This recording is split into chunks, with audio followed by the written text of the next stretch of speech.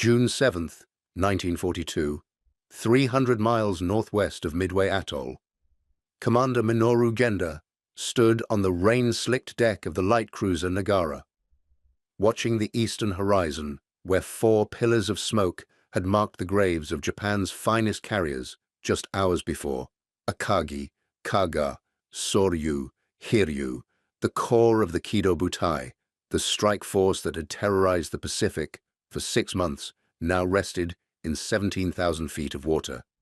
If you're enjoying this deep dive into the story, hit the subscribe button and let us know in the comments from where in the world you're watching from today. The American carriers had vanished into the pre-dawn mist, damaged but defiant. Genda had helped plan the Pearl Harbor attack. He understood carrier warfare better than almost any man alive.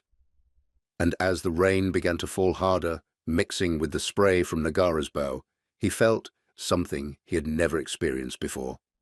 Not fear exactly, something colder, and the Americans had sunk 4 fleet carriers in a single day.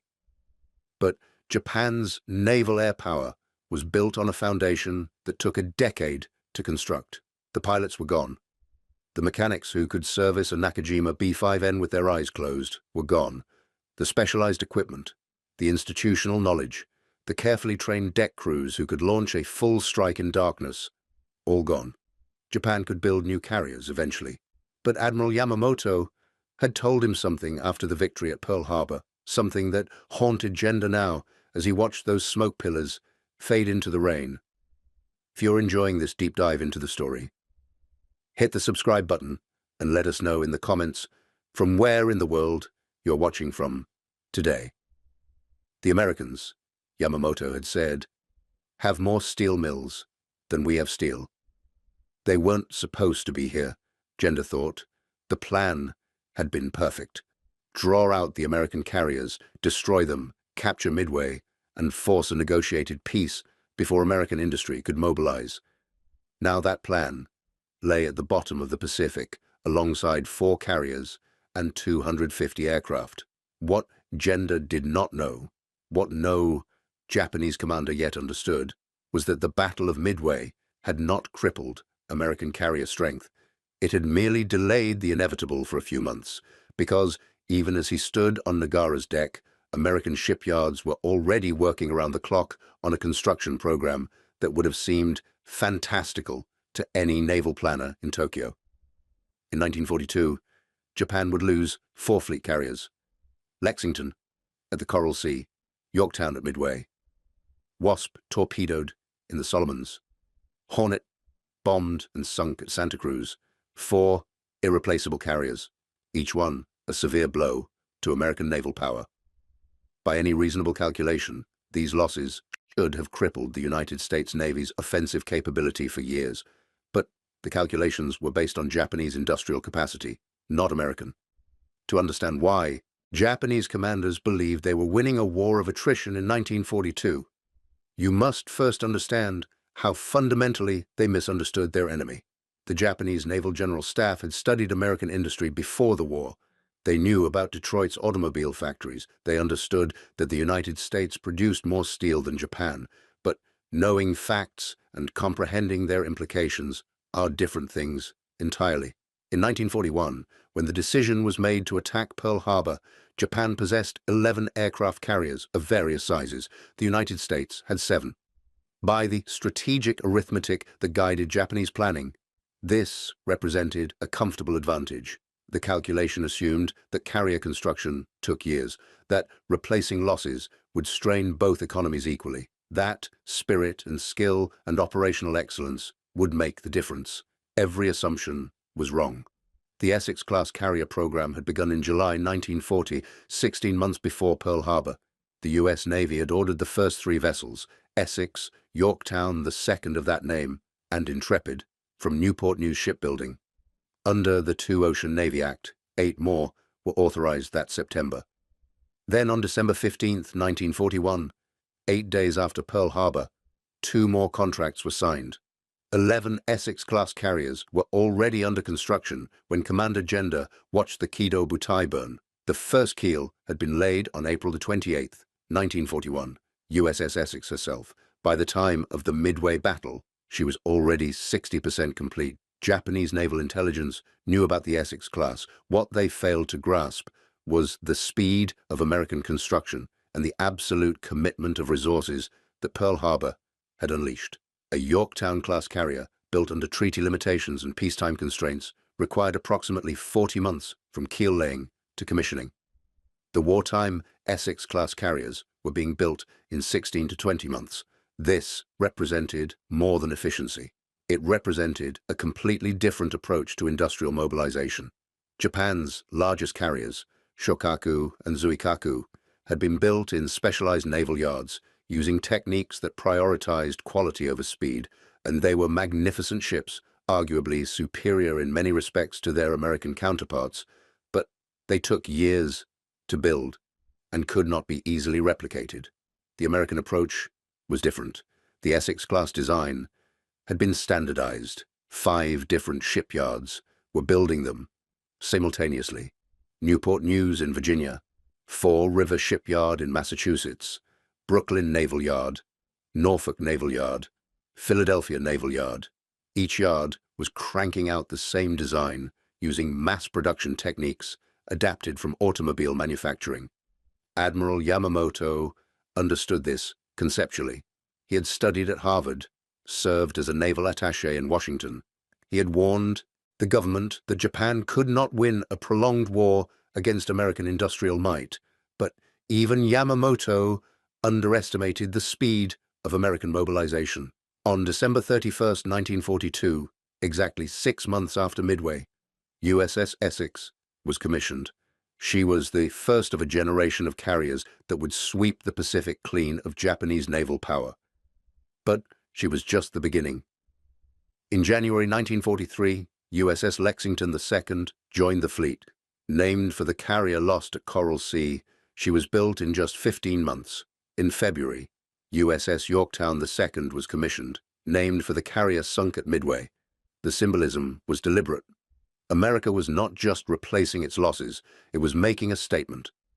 By August 1943, 8 Essex-class carriers had been commissioned. 8.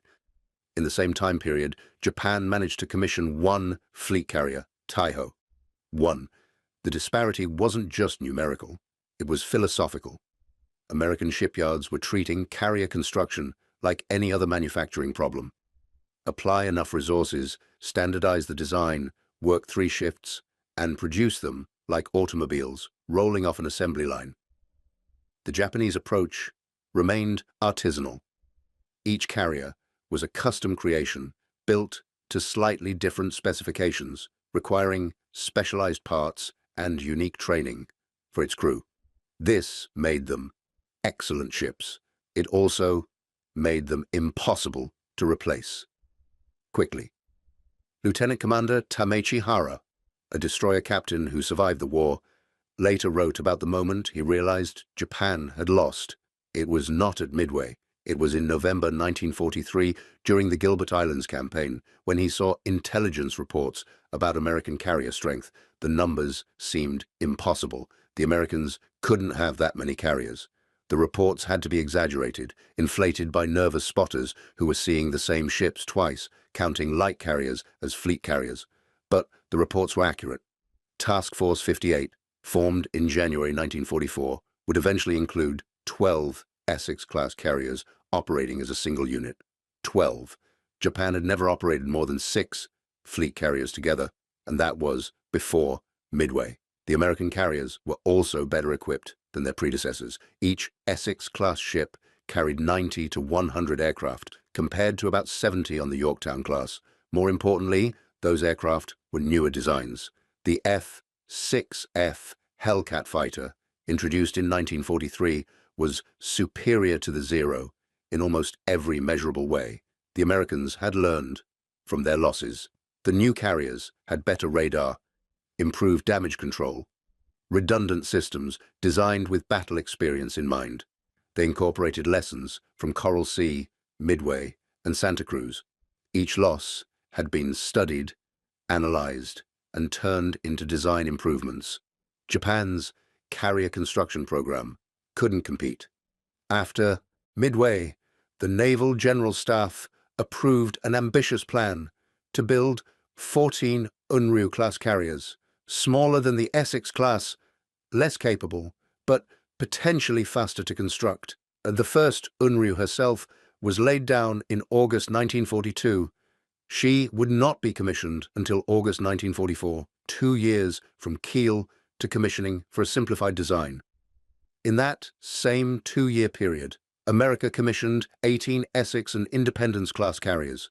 The problem wasn't just shipbuilding, it was everything.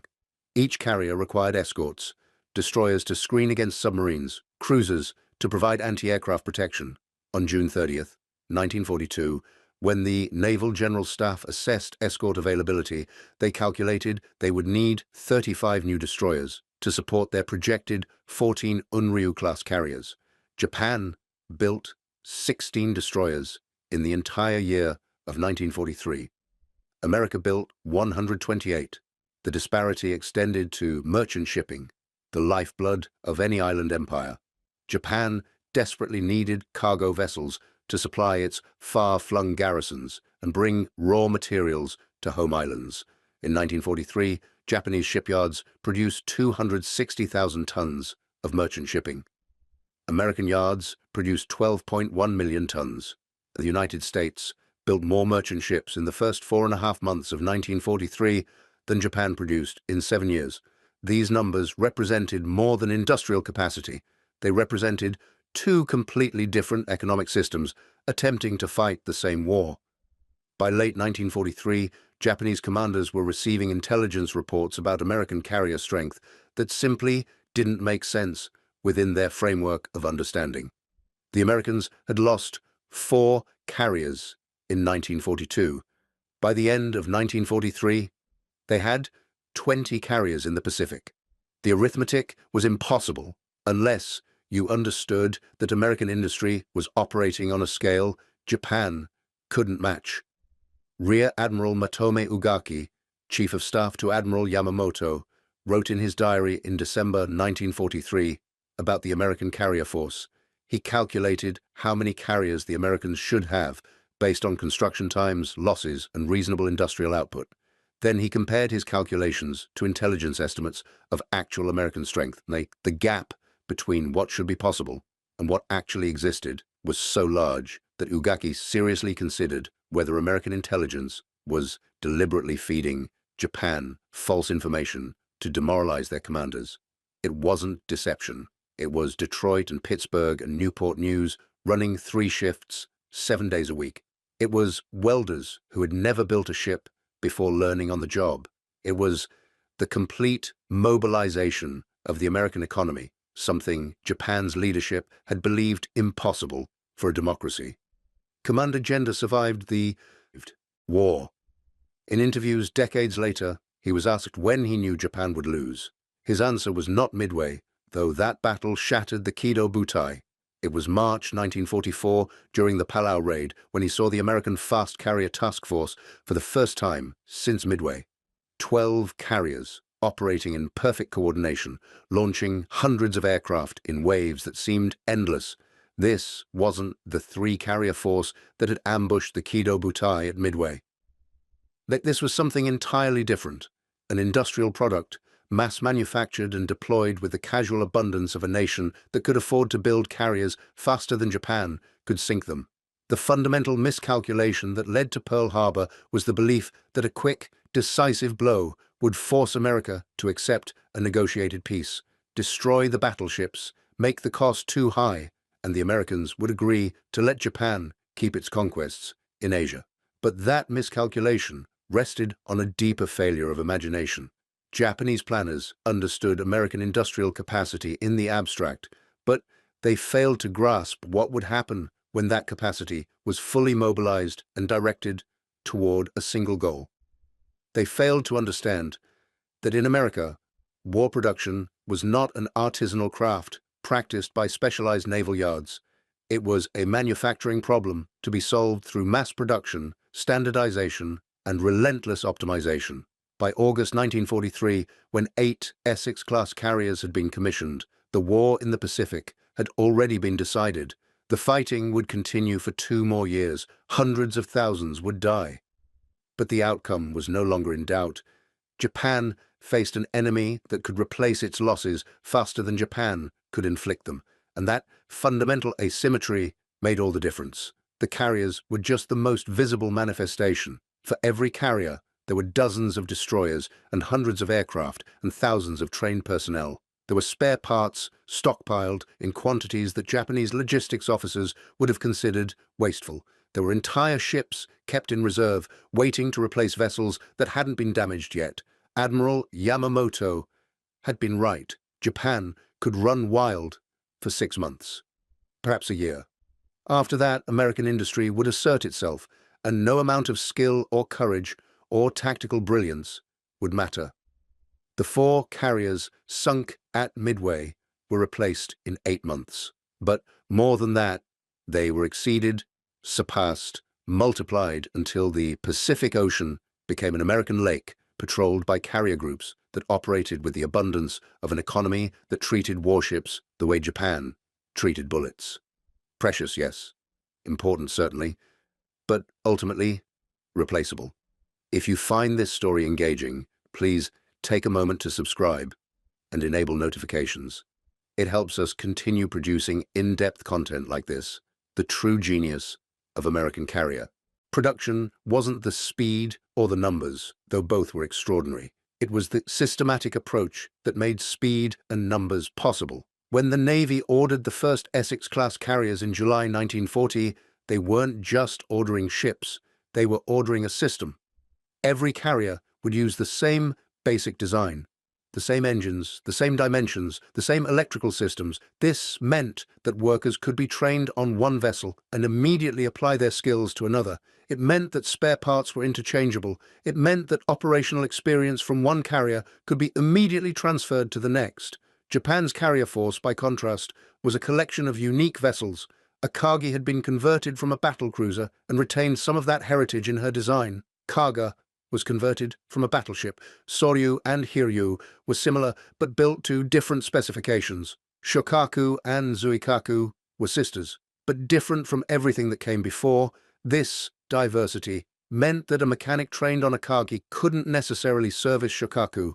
Parts weren't interchangeable. Operational procedures varied. Each carrier was optimized for its specific role, but the fleet as a whole was harder to maintain and impossible to expand quickly. The Americans had made a different choice, accept some standardization constraints in exchange for the ability to mass-produce, build carriers that were good enough rather than perfect, but build them in numbers that would overwhelm any opponent. This philosophy extended beyond the ships themselves. The US Navy had developed a system for training replacement pilots that treated them as a renewable resource. Japan's pilot training program, by contrast, was designed to produce elite aviators through long, intensive instruction. Before the war, Japanese naval pilots underwent years of training. The pilots who attacked Pearl Harbor and dominated the early Pacific campaigns were among the finest in the world. But when they died, they were irreplaceable. The American system was different. Shorter training, focused on essential skills, then on-the-job learning in combat units. The early American pilots were less skilled individually. Many died learning lessons the Japanese pilots had mastered years earlier. But the American system could produce new pilots faster than they were being lost, and each generation learned from the previous one's mistakes. By 1943, American pilots were flying better aircraft and had benefited from a training system that incorporated the lessons of 2 years of combat. They might not match the skill of Japan's remaining veteran pilots individually, but they didn't need to. They outnumbered them 5-1 and were flying F-6F Hellcats against Zeros designed in the 1930s. Japanese commanders understood they were being outproduced. The intelligence reports were clear enough. What they failed to grasp until it was far too late was that outproduction of this scale didn't just change the balance of power. It changed the nature of the war itself. When you have 1 or 2 carriers, you husband them carefully, you avoid unnecessary risks, you withdraw after achieving limited objectives. You cannot afford to lose what you cannot replace. When you have 20 carriers with more on the way, you can afford to be aggressive. You can accept losses because they're temporary. You can maintain constant pressure because you don't need to withdraw to rest and refit. You can experiment with new tactics because failure won't cost you the war. This psychological shift was as important as the numerical advantage. By late 1943, American carrier task forces were operating with a confidence that came from knowing they represented an expendable portion of an inexhaustible resource. If a carrier was damaged, another would take its place within weeks. If a pilot was lost, 3 more had just completed training. The Japanese Navy, meanwhile, was husbanding its remaining strength, trying to preserve what could not be replaced, waiting for the decisive battle that would never come on terms favorable to Japan. That decisive battle, when it finally arrived in June 1944 at the Philippine Sea, demonstrated the full extent of American industrial dominance. The Japanese committed 9 carriers, everything they could scrape together. The Americans brought 15. The result was a massacre. Japan lost 3 carriers and 476 aircraft. America lost 123 aircraft and no carriers. The Battle of the Philippine Sea, called the Great Marianas Turkey Shoot by American pilots, effectively ended Japanese carrier aviation as a fighting force. The Americans had won through overwhelming material superiority, applied with reasonable competence. After 1944, Japan's remaining carriers barely sorted. They couldn't replace their aircraft. They couldn't train new pilots. They couldn't fuel their ships. The industrial base that had seemed sufficient in 1941 had been systematically strangled by American submarines, while American factories had operated at levels Japan could never match. The final insult came at Leyte Gulf in October 1944. Japan committed 4 carriers to the battle. They had no aircraft aboard. They served as decoys, bait to draw American carriers away from the landing beaches. The ships that had been the pride of the Japanese Navy were reduced to expendable lures because Japan could no longer provide them with aircraft or pilots. Even in that diminished role, they failed. American submarines and aircraft sunk all 4. By the end of the war, Japan had commissioned 18 aircraft carriers of all types. 14 were sunk. 4 survived only because they were too damaged or lacked fuel to sortie. The United States commissioned 151 carriers of all types during the war: Essex-class, fleet carriers, Independence-class light carriers, and dozens of escort carriers converted from merchant hulls. 17 Essex-class carriers reached the combat zone before the war ended. 15 participated in frontline operations. None were lost to enemy action, though several, like Franklin and Bunker Hill, suffered catastrophic damage from kamikaze attacks.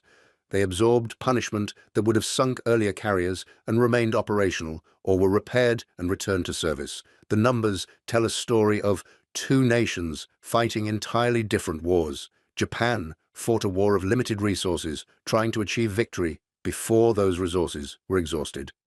America fought a war of unlimited production, applying industrial capacity until the enemy was crushed. Admiral Yamamoto's warning before Pearl Harbor had been prophetic. He could run wild for 6 months to a year. After that, he had told the government he could guarantee nothing. Midway came 6 months after Pearl Harbor, exactly on schedule, and when those 4 carriers sank on June 4, 1942, taking with them the cream of Japan's naval aviators, the war was effectively over. It would take 3 more years for that reality to become undeniable, 3 years of fighting and dying. But the mathematics were inexorable. The Americans could replace their losses. Japan could not. Commander Genda, standing on Nagara's deck, watching the smoke from 4 burning carriers, understood that Japan had lost a battle. What he did not yet understand was that Japan had lost the war. That realization would come later, in pieces, as intelligence reports brought news of endless American carriers, as each operation revealed fresh enemy strength where there should have been weakness. The breaking point was different for each Japanese officer. For some, it was the Guadalcanal campaign, watching American forces grind forward with resources that seemed inexhaustible. For others, It was the Central Pacific Drive, seeing island after island fall despite fanatical defense. For Genda, it was the Palau raid, seeing what American carrier power looked like when fully mobilized. But the moment didn't matter. The outcome had been determined the moment Japanese aircraft bombed Pearl Harbor and awakened an industrial giant that Japan had no possibility of defeating. The 4 carriers lost in 1942 should have crippled American offensive power. Instead, they were replaced in months and exceeded beyond Japan's worst nightmares. And that was the real lesson of Midway, not the tactical brilliance or the code breaking or the courage of torpedo bomber pilots who died in waves. The lesson was that America could absorb losses that would have broken Japan and come back stronger than before. The mathematics of industrial warfare are brutal and unforgiving. They reduce human courage and tactical brilliance to footnotes in a story written by steel mills and shipyards. In the spring of 1943, while American carriers were joining the fleet at a rate of more than 1 per month, Japan's Naval General Staff was struggling with a problem that had no solution. They needed carriers to replace the losses from 1942. They needed destroyers to escort those carriers. They needed aircraft to equip them and pilots to fly those aircraft. They needed fuel to power the ships and ammunition for the guns and spare parts for the machinery. And they needed all of this faster than the Americans could destroy it. The problem was that American submarines were sinking Japanese cargo ships faster than Japanese yards could replace them. The oil from the Dutch East Indies couldn't reach Japan. The raw materials from conquered territories couldn't be transported. The industrial base was being slowly strangled, even as it tried to expand production.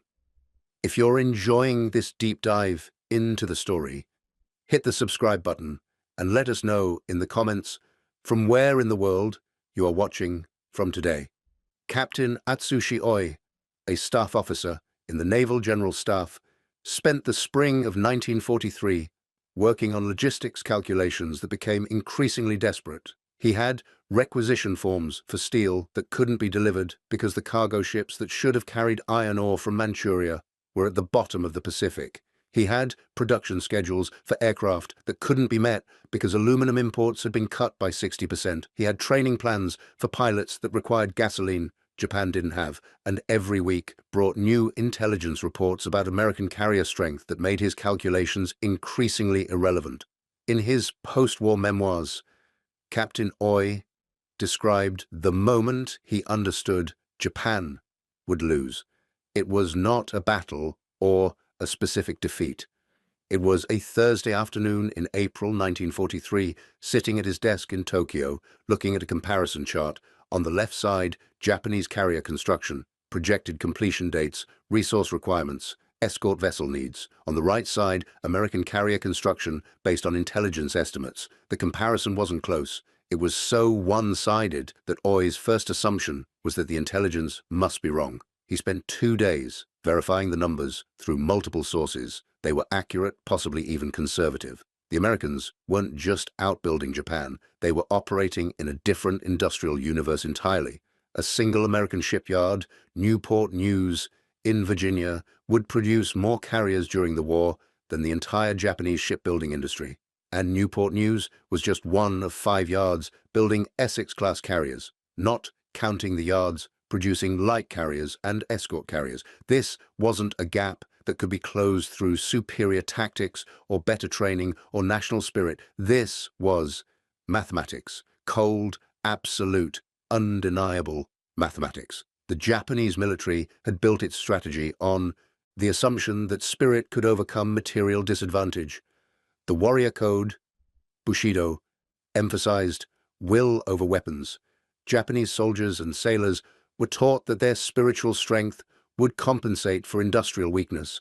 This philosophy had worked in the Russo-Japanese War in 1904 and 1905, when Japanese forces defeated a larger but poorly led Russian military. It had worked in China, where Japanese armies defeated larger Chinese forces through superior training and equipment, but it couldn't work against an enemy that had both superior material and competent leadership. By mid-1943, the average American carrier pilot had better training than the average Japanese pilot, not because American training was superior in philosophy, but because Americans could afford to train longer. They had fuel for practice flights. They had aircraft to expend in training accidents. They had instructors who could focus on teaching rather than combat operations. Japan's training program had collapsed under the weight of attrition. Experienced pilots were too valuable to waste as instructors. They were needed at the front. Training aircraft were needed for combat. Fuel was too precious to expend on practice flights. So training time was cut. Advanced techniques were eliminated. Pilots graduated with basic skills and were expected to learn the rest in combat. Most died before they learned anything. Naval aviator Saburo Sakai, one of Japan's highest-scoring aces, described the deterioration of pilot quality in his memoirs. In 1942, he flew with pilots who had years of training. They could perform aerobatics in formation, land on carriers in rough seas, hit targets with the first burst. By 1943, he was flying with teenagers who struggled with basic navigation. Some had fewer than 100 hours of flight time. They were brave and willing, but courage without skill just meant dying faster, and each death eliminated someone who might have eventually become skilled, while the Americans kept producing pilots who were good enough in numbers that overwhelmed the few Japanese veterans who remained. The carrier production gap was just the most visible part of a broader industrial collapse. In 1943, the United States produced 85,747 aircraft. Japan produced 16,063. The United States produced 29,508 tanks. Japan produced 790. The United States produced 13.5 million tons of merchant shipping. Japan produced 769,000 tons. Every category showed the same pattern. American production was approximately 10 to 20 times Japanese production, and the gap was widening. By 1944, American industrial output would exceed the combined output of Germany, Japan, and Italy, just one nation, producing more war material than three major powers combined. How was this possible? The question haunted Japanese military planners who had studied American industry before the war. They knew America was wealthy. They knew about Detroit and Pittsburgh. But knowing facts and understanding their implications are different things. The answer lay in decisions made years before the war began. In the 1930s, when Japan was building its military-industrial complex, choices were made that seemed reasonable at the time. Japanese factories focused on quality over quantity. Craftsmen produced weapons that were beautifully made, often superior in individual performance to American equivalents. The Zero fighter was lighter, more maneuverable, with better range than American fighters in 1941. Japanese torpedoes were the best in the world. Japanese optics for naval gunnery were superb. But these advantages came at a cost. Quality production requires skilled labor, specialized tools, time. It doesn't scale easily. You can't mass-produce a sword, and Japan was building weapons the way swordsmiths build swords, with care, with attention to detail, with pride in craftsmanship. America was building weapons the way Ford built automobiles, with standardized parts, assembly line production, workers who specialized in one repetitive task. The American approach produced inferior weapons individually. Early American torpedoes were notoriously unreliable. The F-4F Wildcat fighter was slower and less maneuverable than the Zero. American tanks were undergunned compared to German panzers, but America could build them in quantities that made individual quality irrelevant. One excellent Japanese fighter could defeat 3 mediocre American fighters in a dogfight. But what about 10 American fighters? 20? 50? At some point, quantity becomes its own quality, and America had embraced quantity with an enthusiasm that shocked Japanese observers. The decision to standardize the Essex-class design was emblematic of this philosophy. The Navy could have built each carrier slightly differently, optimizing for specific roles. Instead, they built them all the same engines, same layout, same systems. This meant sacrificing some optimization but it meant workers became incredibly efficient. A welder who spent 6 months welding the same joint on carrier after carrier became very good at that specific task, faster than any craftsman, more reliable, able to train others quickly. American shipyards employed women who had never seen the ocean, immigrants who barely spoke English, former farmers and shopkeepers who learned welding in a 2-week course. They weren't skilled craftsmen. They were mass production workers, and they were building carriers at a pace skilled craftsmen could never match. Japanese shipyards employed master craftsmen who had trained for years. They produced beautiful work. They also produced one carrier every 2 years, while American yards produced one every 2 months. The disparity extended to every aspect of the war economy. America had mechanized agriculture that freed workers for factory jobs. Japan still relied on manual labor in rice paddies. America had vast natural resources within its borders. Japan had to import everything, and American submarines were sinking the cargo ships. America had an undamaged industrial base far from any combat zone. Japan's factories were increasingly vulnerable to air attack. By late 1943, American submarines were operating almost at will in Japanese waters. The losses were catastrophic. Japan began the war with approximately 6 million tons of merchant shipping. By the end of 1943, they had lost more than 3 million tons. And unlike the Americans, who were building replacement tonnage at an incredible rate, Japanese shipyards couldn't keep up. Every cargo ship sunk meant fewer raw materials reaching factories, less food reaching cities, less fuel for the military. The imperial economy was being bled dry, while American industry grew stronger. Vice Admiral Shigeru Fukudome, chief of the operations section of the Naval General Staff, understood the implications. In a staff meeting in August 1943, he presented an analysis that was brutally honest. Japan had lost the production war. The only question was how long they could continue fighting before the inevitable defeat. His proposal was radical: seek a negotiated peace while Japan still held some territorial gains, before American industrial power made continued resistance impossible. The proposal was rejected. The military leadership believed that one more decisive victory might convince the Americans to negotiate. They were waiting for the opportunity to inflict such damage on American forces that public opinion would demand peace. It was the same strategy that had led to Pearl Harbor, and it was based on the same fundamental misunderstanding of American psychology. The Japanese military believed that Americans were soft, that they valued comfort over glory, that sufficient casualties would break their will to fight. This belief was rooted in a cultural framework that valued martial spirit above all else. The idea that an enemy might be willing to accept horrific casualties to achieve total victory was incomprehensible to commanders raised in the Bushido tradition. But American public opinion after Pearl Harbor wasn't calling for peace. It was calling for vengeance. The attack had unified American sentiment in a way Japanese planners never anticipated. Every carrier sunk, every soldier killed, every setback only hardened American resolve. The Japanese strategy of inflicting pain to force negotiation was achieving the opposite effect. And behind that hardened public opinion was an industrial machine that could afford to accept losses because the losses were temporary.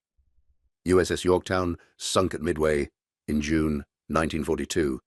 USS Yorktown II, commissioned in April 1943. USS Lexington sunk at Coral Sea in May 1942. USS Lexington II, commissioned in February 1943. The symbolism was deliberate and devastating. America was telling Japan, "You can sink our carriers, we'll build new ones, and name them after the ones you sank." The psychological impact on Japanese morale was profound. Sailors who had celebrated the sinking of American carriers in 1942 were seeing those same names appear in intelligence reports in 1943 attached to new vessels that were better than the ones they had sunk. It was as if the Americans were playing by different rules, as if they had access to resources that shouldn't exist. And in a sense they did. The American economy in 1943 was producing at levels that exceeded the theoretical capacity calculations in Japanese intelligence assessments. When Japan analyzed American industrial potential before the war, they made projections based on Depression-era production levels. They assumed that American factories would struggle to convert to war production, that labor disputes would slow output, that the democratic process would create inefficiencies. Every assumption was wrong. The Depression had left America with massive, unused industrial capacity. Factories that had been idle suddenly roared to life with war contracts. Workers who had been unemployed flooded into defense industries. The labor disputes that Japanese planners expected were minimal. Unions pledged no strike agreements for the duration. When strikes did occur, public opinion crushed them quickly. The democratic process, rather than creating inefficiency, created mobilization. Congress appropriated funds without the constraints that limited Japanese military spending.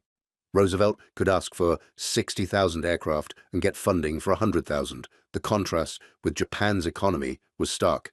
Japan was already at full industrial mobilization when the war began. There was no unused capacity to tap. Workers were already laboring long hours. Raw materials were already being consumed at maximum rates. When Japan needed to produce more, they had to choose what to produce less of. More carriers meant fewer destroyers. More aircraft meant less ammunition. More ships meant less steel. For tanks, every decision involved trade-offs that became increasingly desperate. American planners faced no such constraints. They could build more of everything simultaneously. More carriers and more destroyers and more aircraft and more tanks and more ammunition, all at the same time, because the industrial base was vast enough to produce at levels Japan couldn't match. By December 1943, 18 months after Midway, the balance of carrier power in the Pacific had shifted so dramatically that Japanese commanders stopped counting individual American carriers. It was pointless. The numbers kept growing, and knowing the exact count didn't count. Change the strategic reality. Captain Toshikazu Omae, a naval staff officer, later described this period as the moment when rational planning became impossible. You couldn't plan operations based on American carrier strength, because by the time you finalized plans, the Americans had more carriers than when you started planning. The only constant was that American strength would increase while Japanese strength would decrease. Into this strategic nightmare came reports from Japanese merchant sailors and submarine crews who had seen American ports. The descriptions seemed fantastical. Shipyards with dozens of vessels under construction simultaneously. Cargo ships being built in a matter of weeks using prefabricated sections. Aircraft stacked on docks by the hundreds, waiting to be loaded on transports. Supply depots that seemed to stretch for miles, filled with equipment and material in quantities that defied comprehension. Japanese intelligence analysts tried to verify these reports.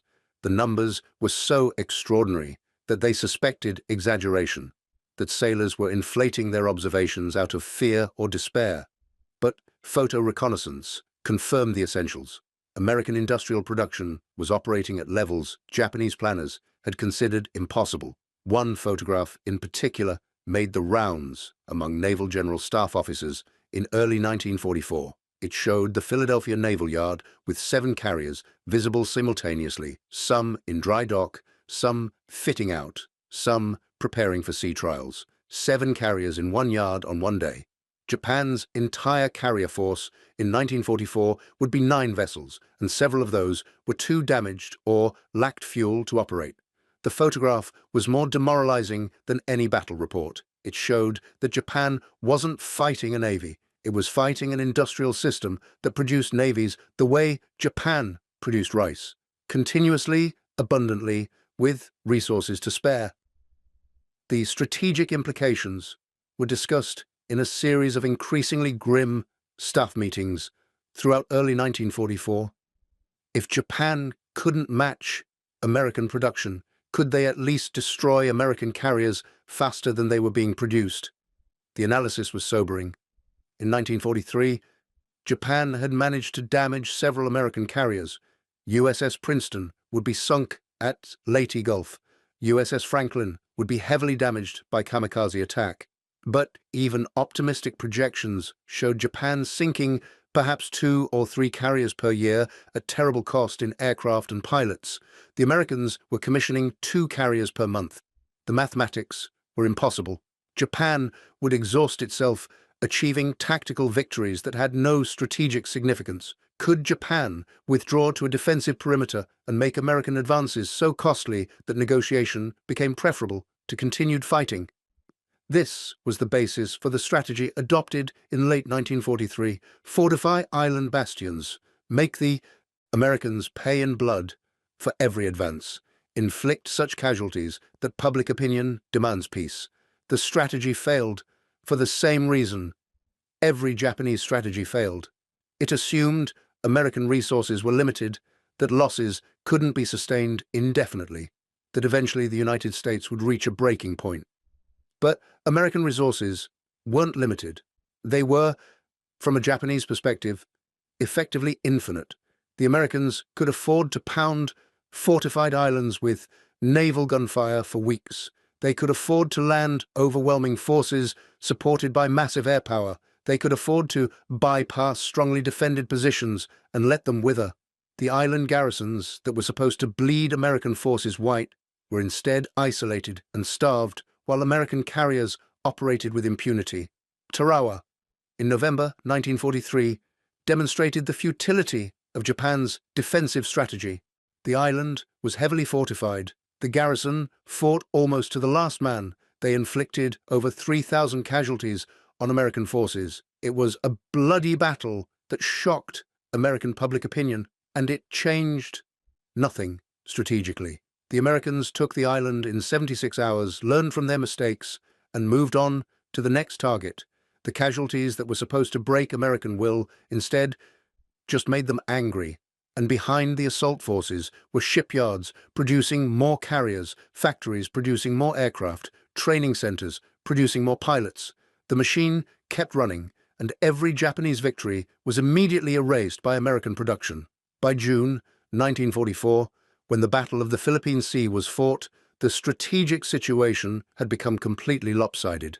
Japan committed 9 carriers and 473 aircraft. The United States committed 15 carriers and 956 aircraft. The result wasn't a battle, it was a massacre.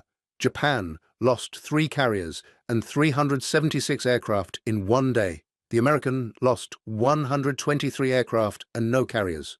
More importantly, Japan lost the majority of its remaining experienced pilots. The pilots who survived were mostly novices with minimal training who never found their targets. The few veterans were overwhelmed by sheer numbers. American fighter pilots flying F-6F Hellcats that were superior to the Zero in every way except maneuverability shot down Japanese aircraft at a ratio of approximately 13-1. They called it the Great Marianas Turkey Shoot. The name was apt. It wasn't combat, it was slaughter. After the Philippine Sea, Japanese carrier aviation effectively ceased to exist as a fighting force. The remaining carriers had no aircraft because the aircraft had been shot down. They had no pilots because the pilots were dead. They had no fuel because American submarines had sunk the tankers. And they had no possibility of reconstitution because American industrial power had achieved such complete dominance that recovery was impossible. The carriers that survived were reduced to decoys at Leyte Gulf in October 1944. 4 carriers, Zuikaku, Zuiho, Chitose, and Chiyoda, sorted with minimal aircraft aboard. Their mission was to draw American carriers away from the landing beaches so Japanese surface ships could attack the invasion force. It was a desperate plan that reflected how far Japanese naval power had fallen. The carriers that had been the pride of the fleet were now expendable bait. All 4 were sunk. They achieved their tactical objective, drawing off American carriers. But it didn't matter. The invasion succeeded anyway because American forces were strong enough to defeat Japanese attacks even without carrier support. By early 1945, Japan had ceased to be a naval power. The remaining carriers were in port, unable to sortie for lack of fuel. The shipyards that had built them were being bombed by B-29 bombers flying from bases that Japan couldn't attack. The industrial system that had seemed formidable in 1941 had been systematically dismantled. Thank you for watching. For more detailed historical breakdowns, check out the other videos on your screen now and don't forget to subscribe. Commander Genda survived the war and went on to serve in Japan's post-war self-defense force. In the 1960s, he was asked by a Western journalist when he knew Japan had lost the war. His answer was thoughtful. At Midway, we lost the battle. In the months after Midway, watching intelligence reports about American carrier production, I began to understand we were losing the war, but I didn't fully accept it emotionally until the Marianas turkey shoot. When I saw how completely American industrial power had changed the balance of forces, I knew there was no path to victory, only the question of how long until defeat. The four carriers lost in 1942, Lexington, Yorktown, Wasp, and Hornet, were irreplaceable for Japan. Each one would have required years to build and was lost forever. For America, they were temporary setbacks, replaced within months and exceeded within a year. That fundamental difference, the ability to absorb and overcome catastrophic losses through sheer industrial output, decided the Pacific War more than any battle or tactical decision. The Japanese generals who planned the war believed they understood American industrial capacity. They had studied the statistics, analyzed the economy, made calculations, but they made the same mistake many others have made when facing the United States. They confused understanding with comprehension. They knew the facts, but failed to grasp what those facts meant when American democracy decided to mobilize for total war. They knew about Detroit, but they didn't understand that Detroit could be converted to build tanks and aircraft and ships on assembly lines. They knew about Pittsburgh, but they didn't understand that Pittsburgh's steel mills could expand production to levels that would supply both American forces and allied nations. They knew about American wealth, but they didn't understand that wealth translated into the ability to fight a war of material attrition that Japan could never win. The carrier production gap was just one manifestation of a broader industrial dominance, but it was the most visible, the most strategically significant, and the most psychologically devastating to Japanese commanders who watched their calculations prove worthless against American productive capacity. In the end, the 8 carriers referenced in the question, the 4 lost in 1942, and the 4 that were supposed to cripple American naval power were replaced by dozens of new carriers that turned the Pacific into an American lake, not through tactical brilliance, though American forces learned and adapted well, not through superior courage, though American sailors and pilots fought bravely, through industrial capacity so vast that Japanese resistance became futile, through production that turned carriers from precious assets to expendable resources, through a mobilization so complete that the outcome was never really in doubt once American factories began operating at full capacity. The Battle of Midway was decisive, but not because of the carriers sunk on June 4th, 1942. It was decisive because it came at the moment when American production was beginning to ramp up, when the shipyards were working 3 shifts, when the industrial mobilization was transforming the American economy into a war machine that would produce more carriers in 1 year than Japan built in a decade. The Japanese generals who attacked Pearl Harbor never expected America could replace its losses so quickly. They gambled on a short war because they understood that a long war would favor American industry. What they failed to understand was that American industry would mobilize so completely and so quickly that even a moderately long war would be catastrophic for Japan. By mid-1943, less than 2 years after Pearl Harbor, that catastrophe was already underway. The carriers were just the most visible symbol of a production miracle that turned theoretical American potential into actual American dominance. And for the Japanese commanders who watched those carriers multiply, from intelligence reports and reconnaissance photographs, it was the slow realization that they had attacked an enemy they never truly understood, had awakened an industrial giant they couldn't defeat, and had doomed their nation to a war that was lost before it began. The mathematics of industrial warfare are brutal and unforgiving. They reduce human courage and tactical brilliance to footnotes. And in the Pacific War, those mathematics favored America so completely that the outcome was determined not on any battlefield, but in the shipyards of Newport News and Brooklyn and Philadelphia, where workers who had never seen combat won the war by building ships faster than Japan could sink them. That was the real lesson of the carrier war. Not that Japan lost 4 carriers at Midway, but that America replaced them and kept building until Japanese resistance became mathematically impossible. The Japanese generals never expected it, but the workers in American shipyards made it reality, 1 carrier at a time, until the Pacific belonged to the United States. If you're enjoying this deep dive into the story, hit the subscribe button and let us know in the comments from where in the world you are watching from today.